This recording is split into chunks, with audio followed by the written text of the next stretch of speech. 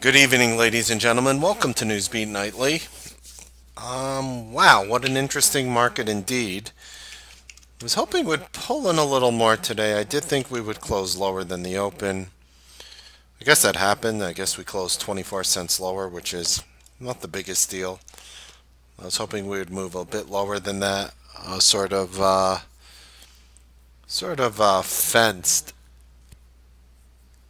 Fenced off in a certain way where I was just really looking for more opportunity. So I do want to discuss some of the trades we took. And you're asking, would it be possible for me to list the overnight ideas around 3:30? Doesn't mean that you will take them, but just a narrowed down list. I could try my best to put them out earlier. A lot of them, I mean, so when I pick these names, I think I want to discuss it because I got a lot of questions basically asking me, why did I pick CNET? And this is one of them that worked. And the truth is, the same thing that made me pick CNIT is the same thing that made me choose another name like, not this one in particular, but HTGM, which we bought at 378. So this one went to 403, as high as 409, and now it's at 385. So even though it's down a little after hours, we're still up on it. But I want to discuss to you guys what's going on when I choose a name like CNET. So for those watching on YouTube, I basically took an overnight long in CNIT when the stock was trading right at day highs. Like I literally paid the day highs for the stock, which makes me sound like an idiot. But the furthest thing that's the furthest thing from the truth. So I bought it basically at $1.95, and then the stock started ripping after hours. It basically almost doubled, just short of doubling in value after hours, and it went as high as 384. I did not sell there. I got some 350s. I got some 320s. And I basically exited the position. So what you guys don't realize is there's actually 43 parameters um, that make me choose these names. I go through so much: volume, what range it's trading in, the sector, the day of the week. Believe it or not, I have such a complex model. It's kind of funny because I was listening to some other things, and you know one of my colleagues runs the quant edge system, which quant is short for quantitative analysis, which is complex mathematical complex mathematical solutions or statistics, complex mathematical statistics that allow you to derive an answer for something. That is pretty much how you define quantitative analysis. So the best way I could really put it is this is my quant edge, I guess, for how I pick these overnight names. And I'm going through these 43 parameters.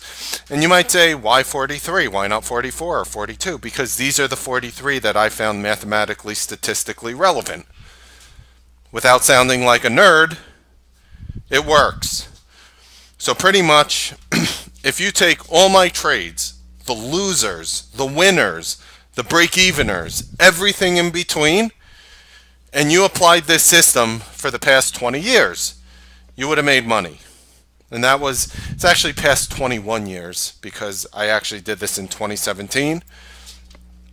So I want to explain I don't want to explain back testing because back testing is bullshit testing. I mean, it's a lie. It's a lie. When people backtest, they're like, well, I backtested this strategy over the past 10 years, 20 years, 50 years, and it worked, and it produced this return and this return. And when people talk to me like that, 99.999999999% of the time, if you forward test the strategy, it fails. So when it's funny, um, I was uh, I was in a room at for NDA purposes. I don't want to disclose where, but it's a top tier one firm. You guys all heard of it. It's one of the market makers in the stock market, and I'm sitting in a room, and I'm literally surrounded by a bunch of Indian and Chinese people. This is just a fact. I mean, I'm surrounded by like a dozen people. I think there were like seven Chinese people.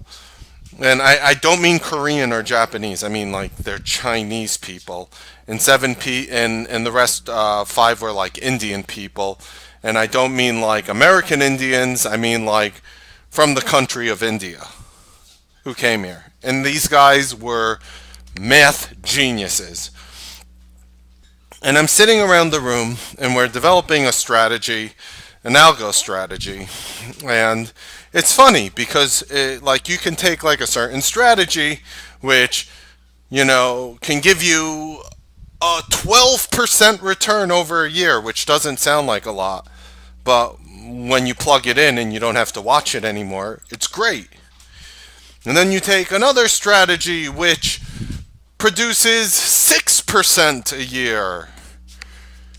And then what happens is if you take both strategies together, when you combine them together, you don't make 18% a year.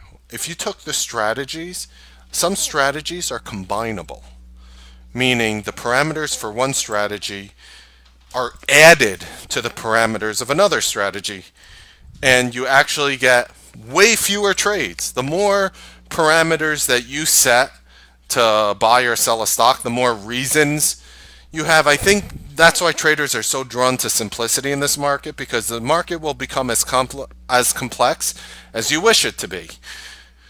And when you actually added these strategies together, it was funny because like the one strategy, and they were all touted, they love the 6% strategy for a big reason, is because the 6% strategy, I'm making these numbers up, I'm approximating, it was around 75 trades a year, and the one that was making 12% was about 360 trades a year. It was doing like just less than one trade a day. Could have been 359, could have been 358. It was about one trade a year. But when you combined them together, both strategies on top of each other, how many trades do you think it did a year? How many trades do you think this thing did? One did, again, it was 6 years ago, so please excuse the timing. It was like about 75 trades, and the other one was about 306. It was like a fraction less than one trade a day. Excuse me, more than one trade a day, but little less than, because there's not 365 trading days, but it did around 360 trades a year. So figure together, you add them, it was around 435 trades in total if you ran one strategy and then ran the other strategy and allocated money towards each one. When I combined the strategy together, how many trades do you think this thing did a year? James, you think 30? Anyone else? Take a guess. Take a guess. Both strategies were around like 58, 59% effective. By the way, they were like under 60, but over 50. And it had like a return of like between like 15 and 20% more than the losses. So it's pretty consistent, and it was making more than it was losing. But what we did was we literally combined. I made the call. I was lead on this, and I basically said combine them together and tell me what it does. Ken says 20, Lauren 150, Rob 20, Ravi 60, 7. 7 is the answer. Ken, you're the closest, but if this is the price of right, you had to say 0. But no, Ken, you win. 7. 7 trades a year. What percentage of those trades do you think worked? What percentage of them? 100. 100%. That's right, Lauren. 100%. 100% of the trades work. Does that mean in the future, from this point forward, that 100% of those trades will always work? No. But this was my solution to the firm, and it's funny because I really dislike the firm. Um, it's like one of those places where you walk in, and it's like when you leave, you just feel like a piece of your soul has been ripped from you, and like you want to jump in a hot shower. Like you're considering like washing your hair with bleach to get the stench of the place out. But it did 7 trades, and the funny part about these 7 trades is they worked every time. So what I said was, as opposed to having, because you really don't need like a lot of money to run these algo trades. Like one strategy had 2 million, and the other had like 1.5 million.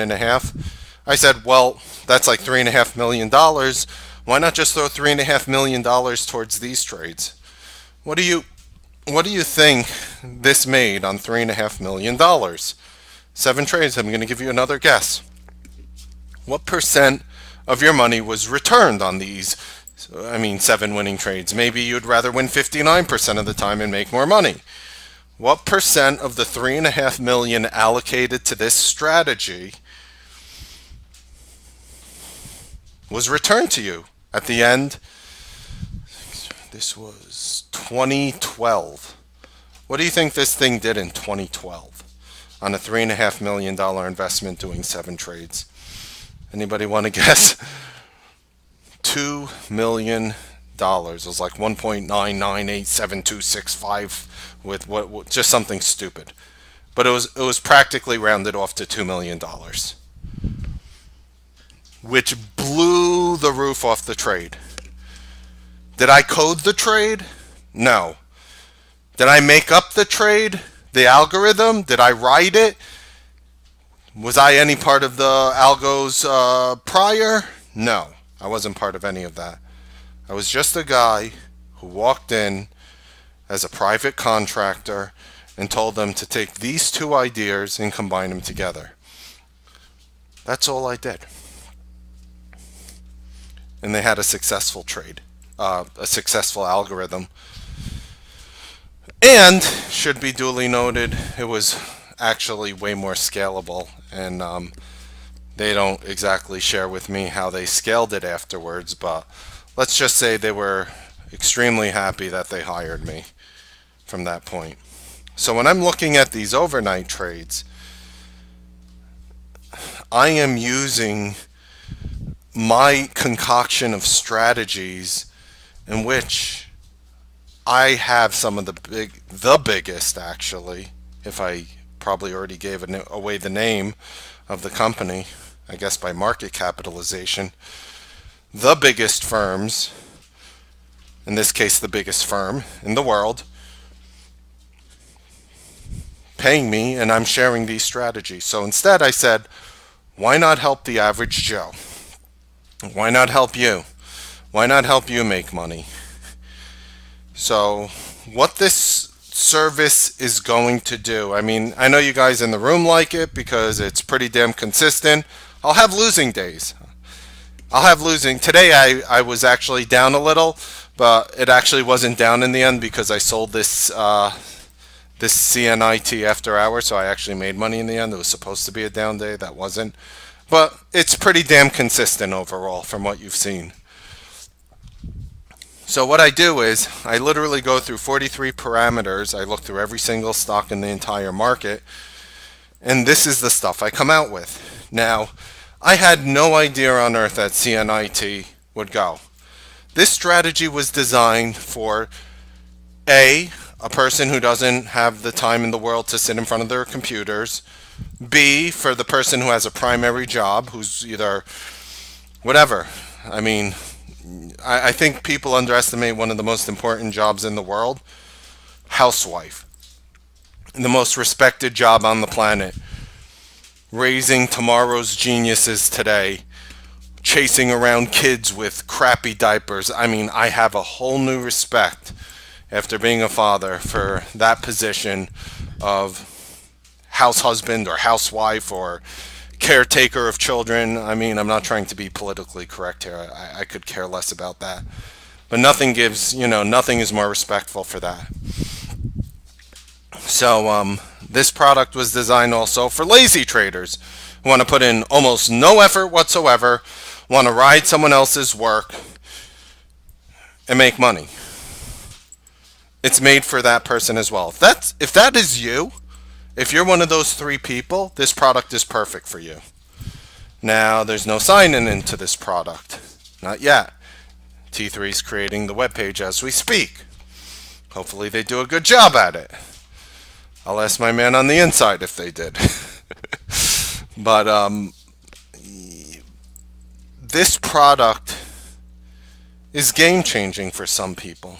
There are people who are working full-time jobs, who love the market, who are always watching it on their phone. They have an IRA, they have a trading account, they have, both. They have a little bit of money to dabble in the market, and they're just looking to create alpha. They're just looking for something to build the account. So what this does, this product, is it literally, when I buy it, you get tweeted out less than 5 seconds later. So what I do is this in the room. I'll tell you exactly how I do it. I go inside my room and I say, guys, I'm going to throw a market order in CNIT in 30 seconds for this many shares. That's what I say. I go right over. I go right over to Twitter in this case. I type it out. I type out, buy CNIT at. I hit the market order, I see my filled price, I type in the price on Twitter and click send. You get it less than 2 seconds later. Believe me, I'm very fast on a keyboard. You get it less than 2 seconds later that I bought CNIT. It's right on your phone. So you could be picking your nose at work in front of a screen. You could be, working as a fast food chef at the Fry's. Whatever you're doing, you could be, anything. And you can easily throw in a trade like this. Are you worried about managing your trade? Guess what? You're going to get the same tweet when I close out. You're going to get it in real time on a live living name. Stock might be at a better price, a worse price, or the same exact price when you get that tweet, but it's going to be within seconds. Probably less than 3 seconds. So it's almost like having. And no, I am not a money manager and I don't give investment or stock picks or advice, but it's almost like having a professional trader manage your money. The only beauty is you don't pay a commission on the money you make. And again, I'm highlighting this one trade because this one was, happened to be outstanding. I highlight losing trades, as you guys already know. This is just one of them. We took some other stocks as well overnight, but the thing is, the amount of money we're going to make on our winners is going to allow you to create alpha, consistent alpha in your account, to build your account. So many stories I hear of people building accounts. Somebody who joined from YouTube last month basically said that they had a $25,000 account. It's up to $58,000 now. They don't know how they could thank me. They can't wait for my trendline course and whatever. I'm going to make that trendline course so cheap for you guys.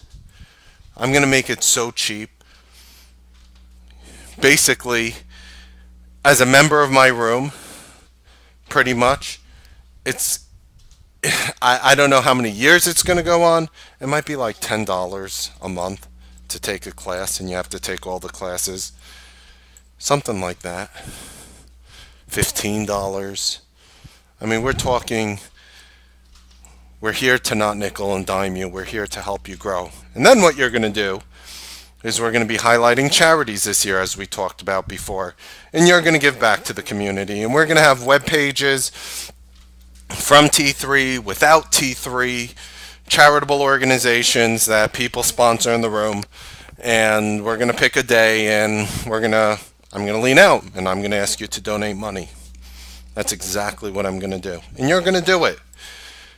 You might not think so right now. You're probably sitting there like, how would he know if I donated or not? I won't know, but believe me, you'll want to, because When you start creating alpha and you start seeing your account working, you start making money, and you made $10,000 or $1,000 or $50,000, or some of us have made seven figures last year. Several people in this room. When you start pulling in money like that, and I'm like, can you donate something? Believe me, you're going to be the first person to raise your hand and step forward. And not only are you going to make money, you're going to make a difference in the world. So with CNIT, 43 parameters to pick this name, and the same 43 parameters that I used to pick this name also pick this one, HTGM, which is only down 6 cents now after hours. I mean, we're in from 379. That's when 375. That's when I shot it out. So this one is, down 6 cents after hours, while this one, CNIT, is up through the ceiling. So just wanted to share those two things with you. I see everything is working. I have 0 frames dropping. And it was the same one that chose XNet. Absolutely. So again, in XNet, another stock is down 6 cents now after hours. So yes, Ravi. So again, it's not about, for me, this algorithm is not about, oh, look, I had 100% winners or 75% winners. I don't care about that. For me, your P&L is the only important thing. Now, somebody asked me a weird question. They're like, Mark, how do I structure these trades?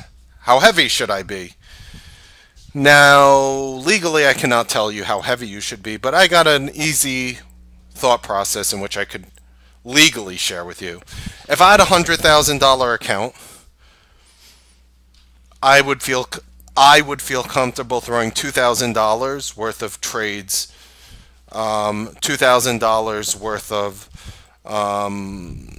whether it's stock and or options towards every single name.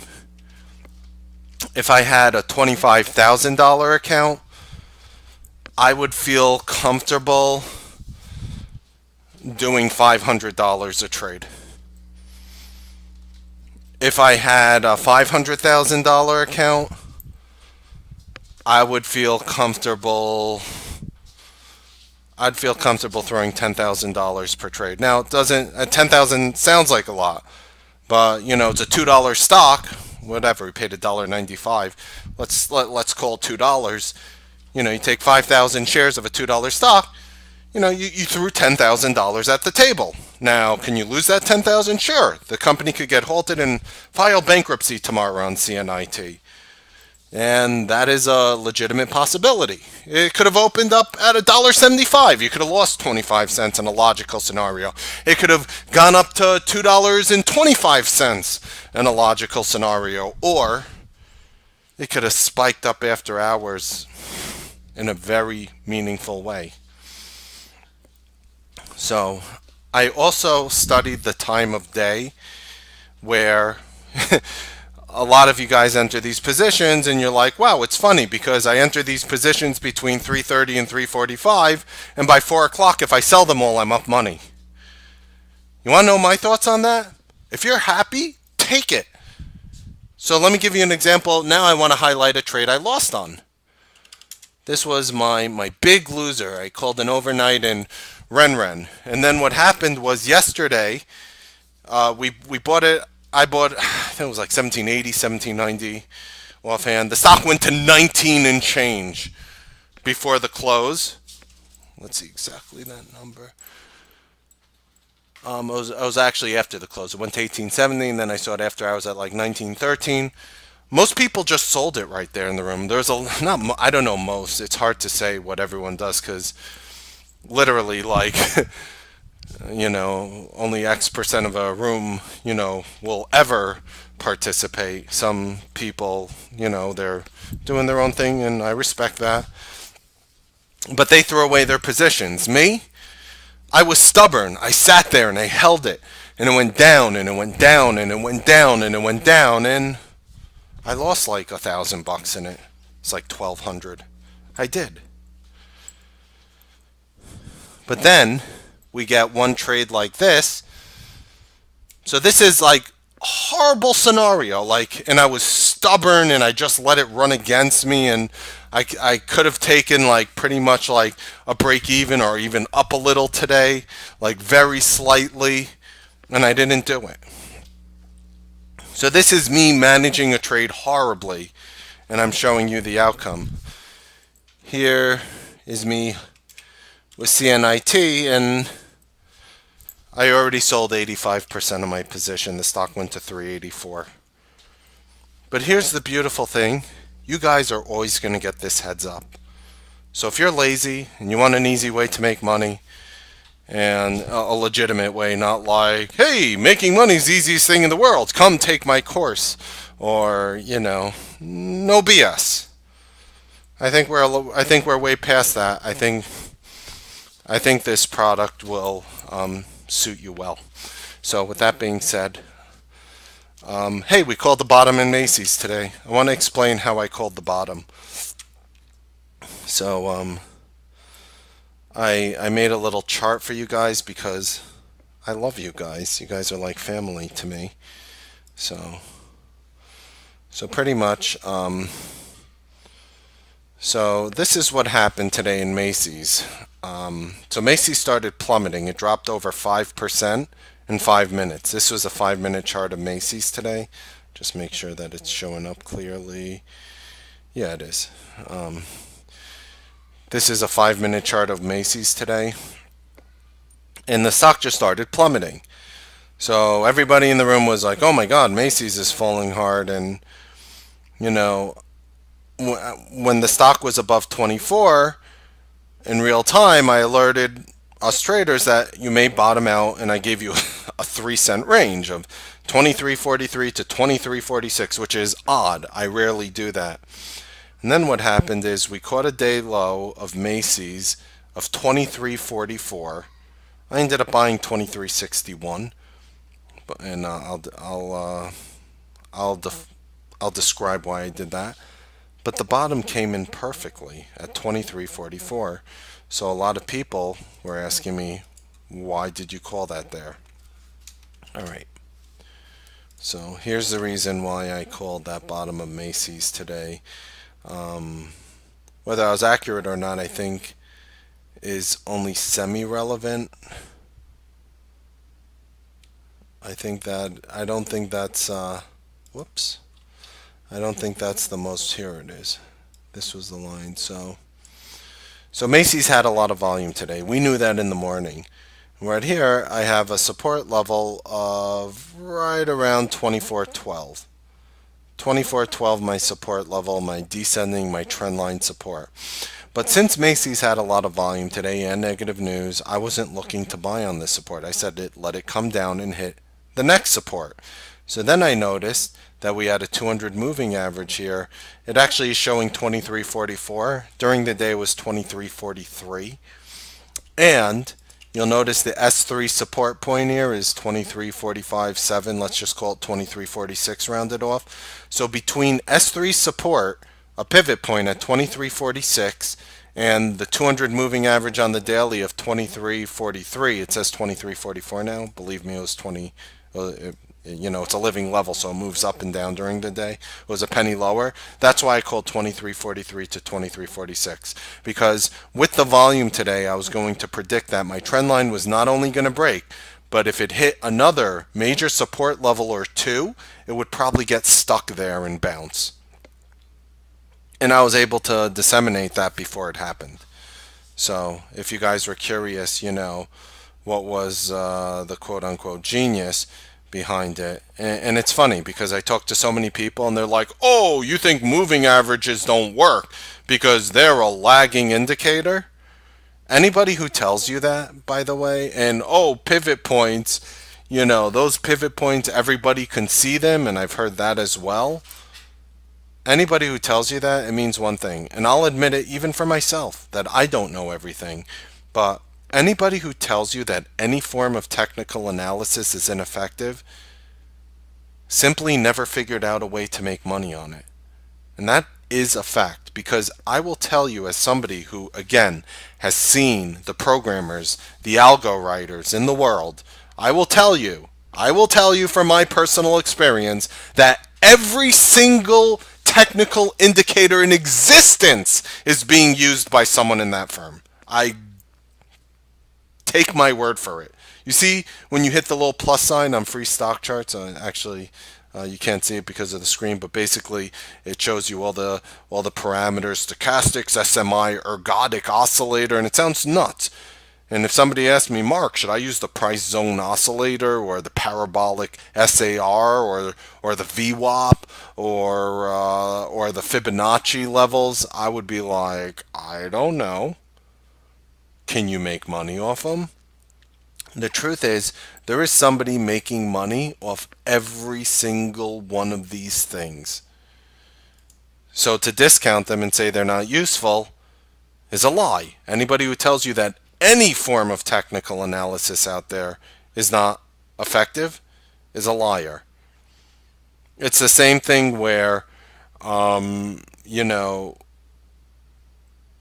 how do I explain this analogically brilliantly to you guys?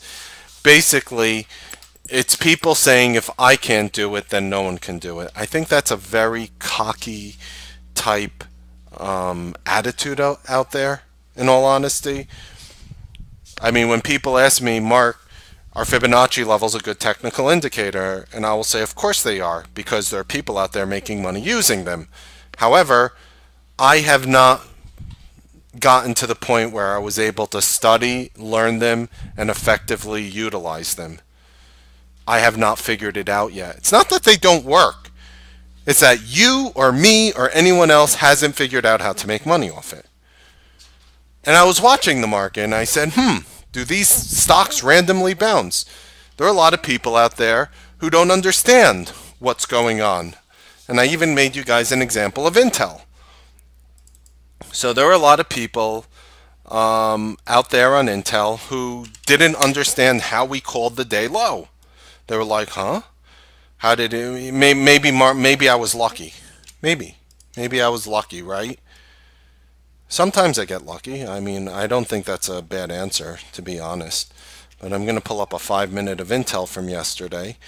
And basically, here was Intel in the morning, and it went down, and it went up, and then it went sideways, and down, and down, and down. And here's a 5-minute from yesterday. And it bottomed right over here yesterday at 43.65. How many of you people in the room bought within 15 cents of that level? Some of you guys bought 43.70.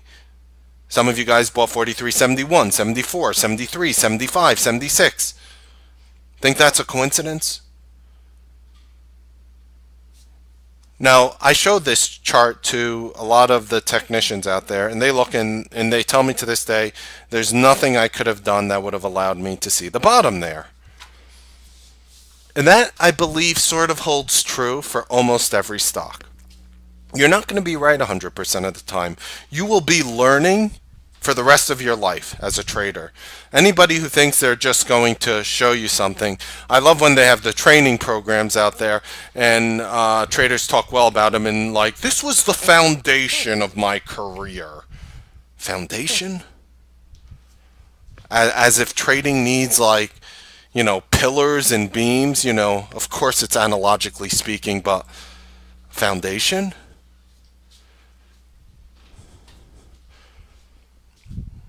So I find that a little weird, how people use those terms, and honestly, I'm just so sick of the sweet words and the sweet BS, and I am so much better of a trader now than I was 5 years ago, 10 years ago, 15 years ago, and I keep growing because I keep learning.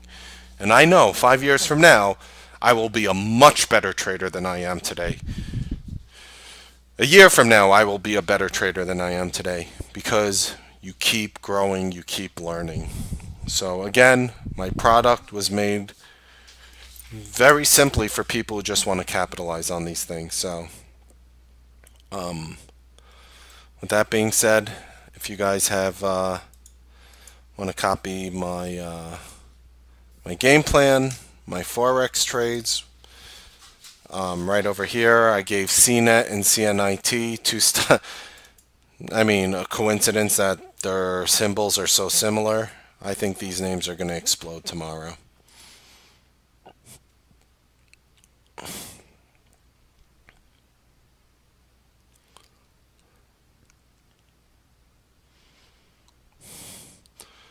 You took 2.5 calls. Were you the one who paid 20 cents for those, Priyanka? Did you pay 20 cents for those calls? You're going to be very happy tomorrow. I would be surprised if those calls are not close to $1. If we open up here, should probably make around 500% on those calls. So great job. I mean, I took the stock. The only benefit I really see on stock over options is that I was able to sell it after hours, in which you would love to do right now. But the truth is, you could wake up tomorrow, Priyanka, and it could go higher. So you might be stuck in a winning situation. It works both ways. Don't think like it's a bad situation. You're in a nervous situation because you bought CNIT calls, and all of a sudden the stock was trading almost 100% higher after hours. So for you, it was like, oh my God, what's going to happen? Truth is, this stock could open up at $4. I still have 15% of my position. I'm rooting for it still. And there are a lot of people who walked away who are going to come into a nice surprise tomorrow. Let's see. Hey, Barbara, are you saying that all my overnight trades are found with these 43 parameters? No, Barbara, but the trades that I'm taking after 3:30 are found with these 43 parameters. All right, so Kathy's asking a question. I throw these trades on at the last few minutes of market closing. Why? Because based on this statistical analysis, the parameters change if I'm buying it between 3:30 and 3:40. It changes if the stock is on a red 5-minute bar between those times. It changes if it's on a green 5-minute bar at those times. It gets a little bit nerdy and complex.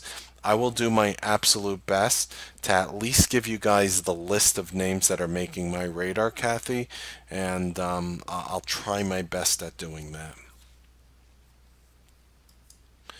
Why do I have a subscription to free stock charts as well as TC2000? What's the difference between the two? Nothing. But here's the thing. When I look at my TC2000, for example, I have 9 charts. How do you guys think I'm actually telling you what I am trading? All these names, this one bottom, this one could go, this one might bounce here. And I'm typing in some of your names as well. So honestly, just more real estate room. What about XNet? Yep, it does. Detail today was just great. Yeah, to start it with it. Absolutely, Priyanka. What's my size in sale? Do I plan to add more? I'm a little under 70,000 shares right now. Do I plan to add more? Yeah. Does that mean I will or will not? No. I never say anything. I never say anything with 100% because there is just no need. Like, for example, let me give you an example. What if Sale comes out tomorrow and the CEO says he's money laundering money to ISIS and he wants, the destruction of this country? Obviously, I'm sharing an absolute unlikely, bizarre, you have a better chance of winning the lottery situation at you. But if that happens, I'm going to change my mind. You see what I'm saying? To me, this is a bullish falling wedge in Sale. I'm extremely bullish. I can tell you, I plan on adding more shares. A lot of you guys enjoyed the Stitch Fix trade with the $30 target. It's pretty much as accurate as you were going to get. We came out with this target, of course, on YouTube after the first day it IPO'd, so all the way back here when it was under 15, and we got to over 30. And I'm just as bullish in Sale. You're just not having that same move, early like you did on Stitch Fix. So me, I'm in an accumulation stage, and I could hold this a while. I have the patience and the buying power. I'm trying to become a little more patient with some of these trades. As I like to endearingly call it, I tap into my inner Kathy because, you know, I wanna hold these positions longer. Can I call out the conviction levels on the overnight? they're all low. It doesn't mean I don't think they work. But if anything, if I'm taking exceptional size in anything, generally I tell you guys the amount I'm taking. So if you just, I mean, I have a lot of buying power. So if you think of it like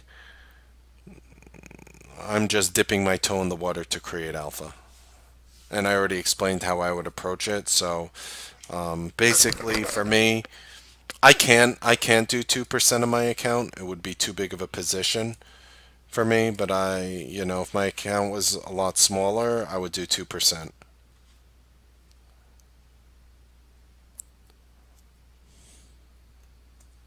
But if there's anything out of the ordinary, Ravi, of course I would call it. M support bounce off the 50. EMA, oh, I don't have the 50 EMA up. For me, it was the 200 simple moving average, which came in within a penny here, Kathy.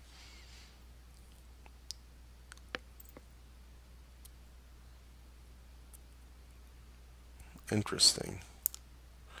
I promise you, Mike, if you are in this room and you stick here, I know you're a new member, I promise you you'll be a better trader next year. You have my word. If you give it your all, I'll give you my all, and it will work 100%. Not maybe, not most likely, confidently, it will work. In a given stock, there are typically options for every week. When you say monthly, which all right. So Barbara is asking, when I call out a monthly option trade, what do I mean? Monthly option refers always to the third Friday of every month. So if you literally look at like a calendar, like for example, I'll pull it up and I'll make it easy to see and use. So, okay. So here's a calendar. So the third Friday of this month is right over there. It might be hard to see because it's really small. It's 19th. It's January 19th is the third Friday. Every monthly options expiration is the third Friday of every month. So it would be February 16, March 16th, April 20th. You get the picture.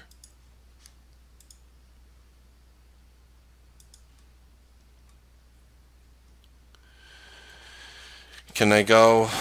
I was hoping you were going to ask me earlier on excerpt. You're basically asking for the difference in Ripple, ripped, which rippled up today, and you want to know the difference between that and Stellar. I have not done enough due diligence yet to compare the two. Can we just hard to say. I don't want to just make stuff up, but it's like comparing, it's a really hard comparison, Ken. Do I have any thoughts on RYTM, rhythm? I could give you technical thoughts. I haven't done, again, the due diligence to know fundamentally what they do. I haven't done enough due diligence yet, Ken. I'll do my best. It looks okay technically. I have no opinion on the name other than that. I keep telling you bullish. I think it's ready to digest a little. I wouldn't buy until a major pullback to support. It's still bullish overall. We'll see where it goes. And Nvidia,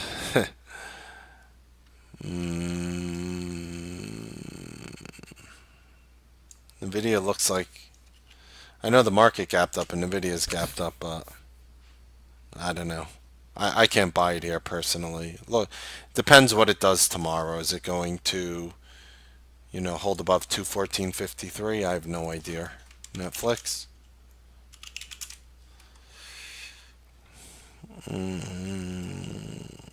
Too bullish for its own good. Needs a bearish move. 207.88. Potential short level tomorrow.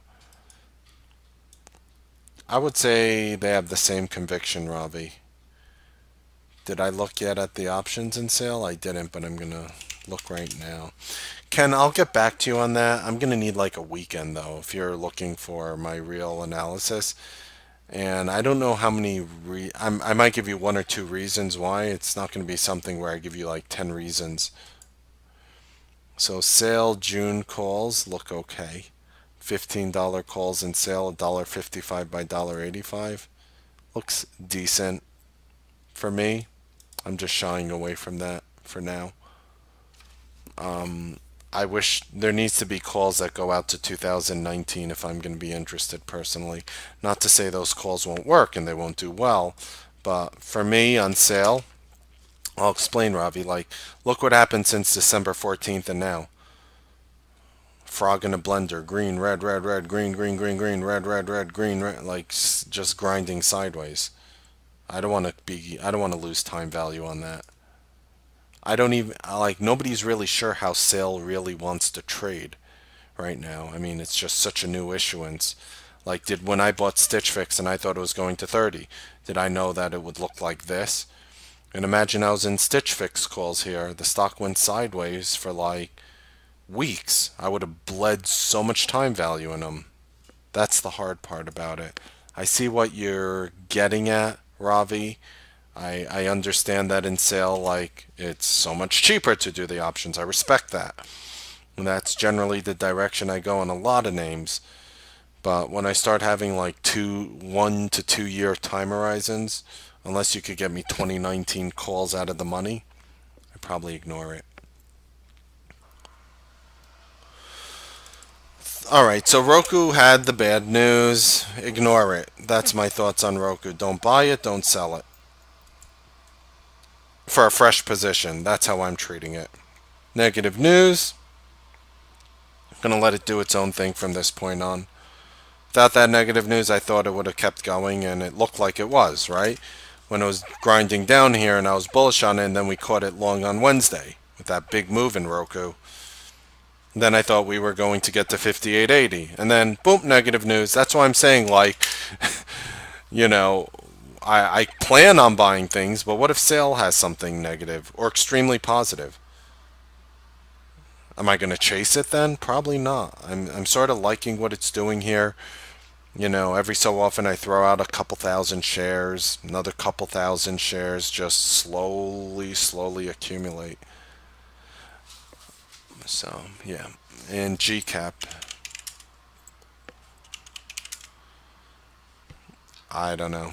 It hit the exponential 8 today, and I said we probably bottomed out when it hit that. That ended up being true. I would argue that GCAP is ready to go up now. I'm not super duper bullish on it yet. I think it needs a little good news. I'm interpreting this as a bullish falling wedge. I see no reason why it doesn't get back to 11, 11 and a half bucks. Alex Teva, name we were watching today. This was funny. I actually, believe it or not, I actually ended up losing money buying the stock, buying options in the stock when it was around 1930s.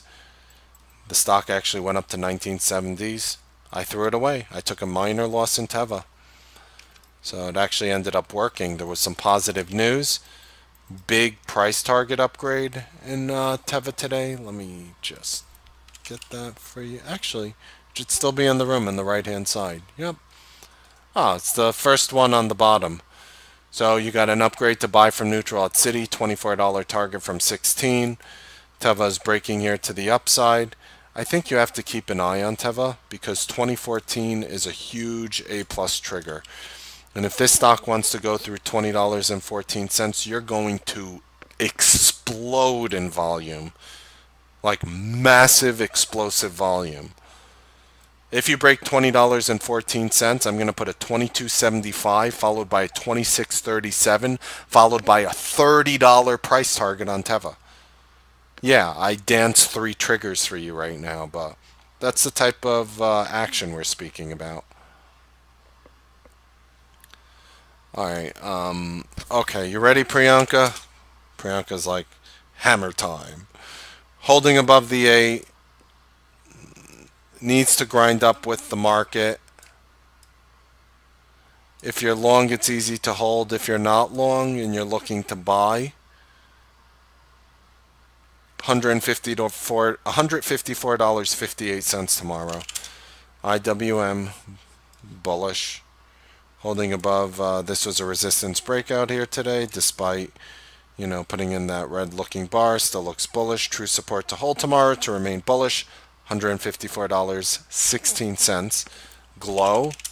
That's Glow Point. That was one of the overnights we took recently. I think this one worked, right? Yeah, I think we took it right over here and it gapped up that day. That was a nice trade. You have an A plus trigger at 47 cents. It's a double top. You hit 47 cents on December 22nd. You hit 47 cents on November 28th. I could see this one going. I have no fundamental opinion on it. It's a 40-cent name. Baidu. If I'm buying Baidu tomorrow, $237.62 is where I buy Baidu tomorrow. Burlington.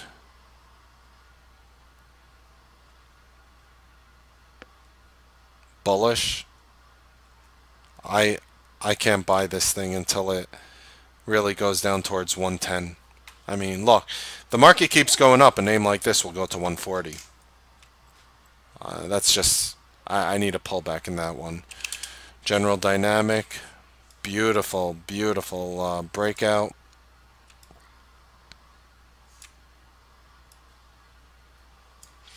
If you're lucky, it pulls back tomorrow and gives you a buying opportunity at $204.03. Low. Looks pretty high to me. Wink, wink. Marijuana names. Bullish. I ignore it here. It's just too many green bars. I have to wait for... I don't want to short it. I don't want to long it. Home Depot. This one looks a little better. I don't want to long this or short this either. If you're holding, it's easy to hold. You're grinding sideways by all-time highs. I mean, is it going to pop up and go? I mean, that's what the market's been doing recently. 189.93 support tomorrow on Home Depot. So my news guys start asking me about the CES, which is the Computer and Electronics Show. People come from all around the world. Tomorrow I should get a list of names that I'm watching closely for a CES play. I'm going to have computer and electronic shows. I'm tapping into my news team. I would have had a lot more answers today, but again, there's a blizzard in the Northeast, and a lot of people didn't go to work today. So I'll have it by tomorrow for the CES show, by the way. Do I plan to hold Amazon for a few days? No. I might chuck it tomorrow for a small loss, small gain. I might not. I haven't really decided yet. Alright, so Priyanka or SCG, right off our game plan we gave it. I'm assuming you brought it on January 2nd and it exploded through the ceiling and you crushed it. So congratulations. One of the 5 dividend names that we gave. We literally gave 6 stocks, 5 dividend names, and 1 other stock, which was sale on the report. And people, Priyanka, you bought it too at January 2nd, and it was just taken out literally the next day. So, doesn't get better than that, Priyanka. Congratulations. How low does M go if it's downgraded tomorrow? I don't know. No opinion. Depends what the downgrade looks like. There's just too many. What kind of downgrade? If the downgrade looks wimpy, I think it might just go up. Like it depends. I have on you're asking if there was any news on Micron, Kathy. Let's take a look.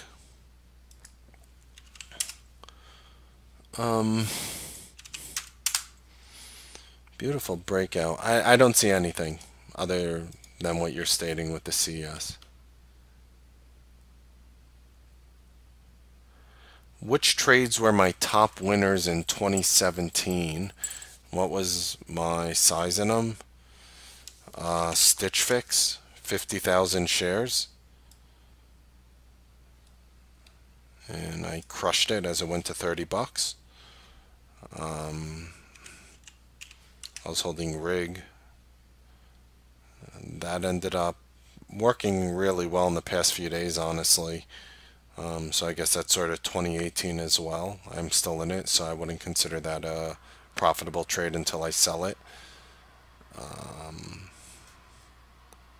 Stitch Fix was my for trades that I sold. Stitch Fix was my biggest trade. It was a high conviction trade that I brought, to you guys. I brought it to you YouTubers. A lot of you YouTubers are in this room now because of this trade. So that was a great call. Did I mention Snap? Did you miss it? Snap looks okay. 1420. It got downgraded again. So today. So again, I ignore it. There was a downgrade in Snap today. So once that starts happening, like it just kills the whole bullish mood on the name, in my opinion. And it's still bullish enough where I don't want to short it, unfortunately. Do I still like MJX? Well, Jeff Sessions came out today and he said he's going after legal marijuana. LOL. Have fun with that, Jeff. No, again, negative news. This isn't just a digestive pullback. I'm ignoring it. SPX. All right, so the S&P 500. If you asked me where it could have topped out today, I would have given you a level 27.26, hit 27.29, and then fell. It looks like it needs to pull back just like the triple Qs.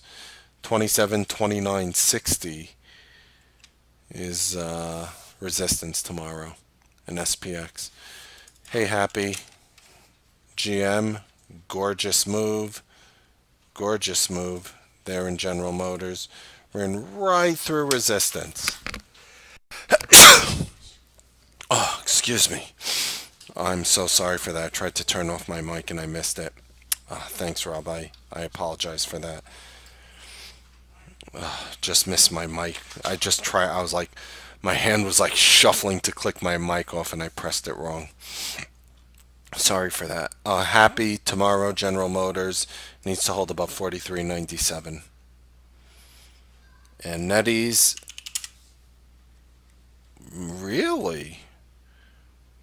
Really? Okay. Well,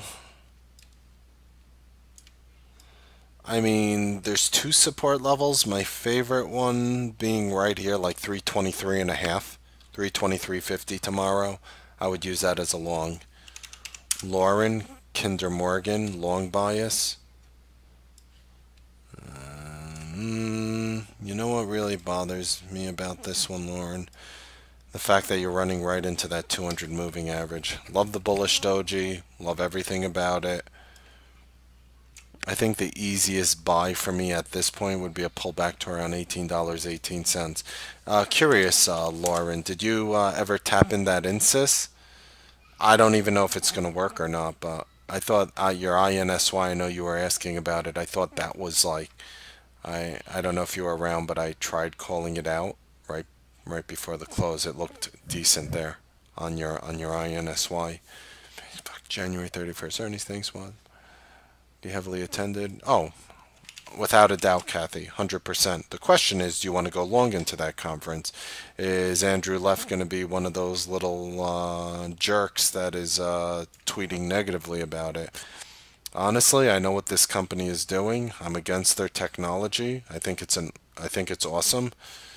I don't think the health risks were properly addressed, but I'm still bullish.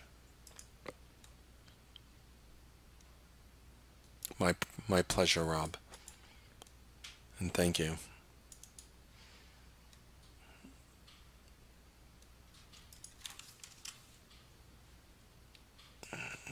Yeah. For me, I really wanted to see Citigroup close today above 75.82. So tomorrow the level would be 75.78 to remain bullish. But it is breaking over the moving averages beautifully with a little bit of elevated volume. Looks decent there. Intercept with a bottom fish. Ooh.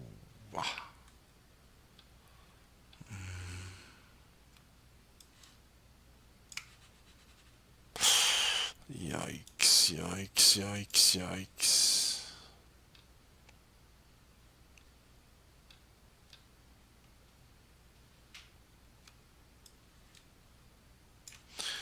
How about $53.69 tomorrow, Kathy? AFSI, The formation looks bullish. I just don't like how you're fighting with that 50 moving average here. You got a bull flag falling wedge. Looks decent. And SCNR, I think you mean SNCR, which is synchronous. Neutral. Trying to break out, fighting moving averages. Yeah, I wouldn't touch this one here. Wouldn't go long or short. So, okay. All right, let's answer all you guys. Again, if you want my Forex and game plan trades, you could go ahead and hit print screen now. These are buys, yep. And if you have any questions from YouTube, you can email me, mark.melnick@t3live.com. Raymond, you're interested to get my Twitter feed? Where do I sign up? After I made a trade, what is my exit strategy? Trendline support or 7% stop from the entry price or combination? It depends. I mean, I have a different stop and take target for everything. I don't really have any exact science down to a stop because there's so many factors which change that.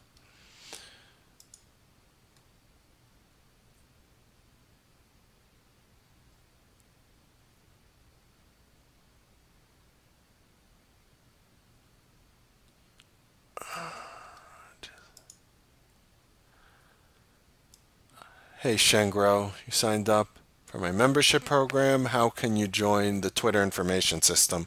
Well, the easiest way is when I'm actually listening to them design the website right now. It's not up. It should be up shortly, and I'll definitely let you know as soon as it's up. Hopefully, it's up tomorrow or the day after. That's what I'm crossing my fingers. But again, I don't really. I'm not the one building it, so I couldn't give you an exact time. Nonetheless, I hope you guys enjoyed the NewsBeat nightly trading broadcast. Happy trading, make money. We'll see you guys tomorrow on the NewsBeat live trading broadcast. Have a wonderful